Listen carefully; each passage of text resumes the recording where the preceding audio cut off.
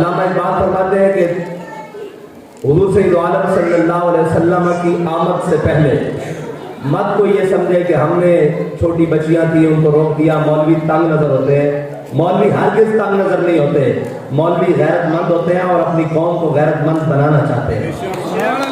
بالکل یہ کوئی سمجھے کہ انہوں نے تنگ نظری کی ہے، چھوٹی بچیاں تھیں، بھائی چھوٹی بچیوں کا مسئلہ نہیں ہے، مسئلہ یہ ہے کہ ہم نے اس لیے رکوایا ہے کہ اقبال کہتا ہے سیرت فرزند ہاز امہات اور جوہر صدق و صفات از امہات۔ اقبال کہتا ہے ہمیشہ یاد رکھنا ماؤں کی سیرتیں بیٹوں میں آتی ہیں، ماؤں کی سیرتوں سے بیٹے بڑے پیدا ہوتے ہیں۔ اقبال کہتا ہے تو کیا سمجھتا ہے امام علی مقام 72 لے کے کربلا میں گئے ہیں تو یہ امام علی مقام کا اپنا مقام ہے؟ وہ کہتا ہے ضرور ہے اپنا مقام، لیکن اس لیے گئے ہیں کہ وہ سیدہ کی گود میں پلے ہیں،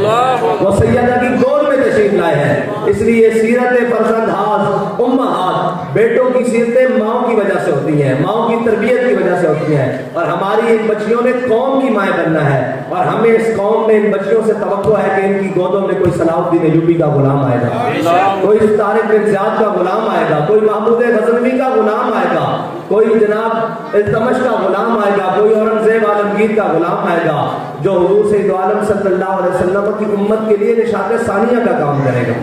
اور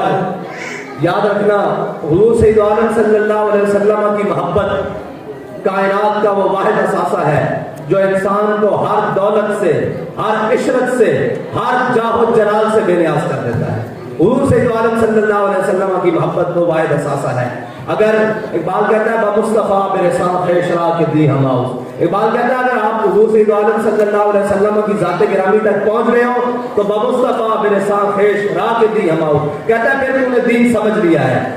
گر بہو نہ رسیدی تمام نابیس، کہتا ہے اگر تو نے حضور سید عالم صلی اللہ علیہ وسلم کی محبت کو اپنے دل میں نہیں بسایا تو تیرے اور اولاد میں کوئی فرق نہیں ہے، تو کون سے دین کی بات کرتا ہے؟ مختصر بات یہ کہ حضور سید عالم صلی اللہ علیہ وسلم کی ذات کو چھوڑ کر نمازیں پڑھنا اور ذات کو چھوڑ کر روزے رکھنا اور ذات کو چھوڑ کر حج کرنا اور ذات کو چھوڑ کر نیکیاں کرنا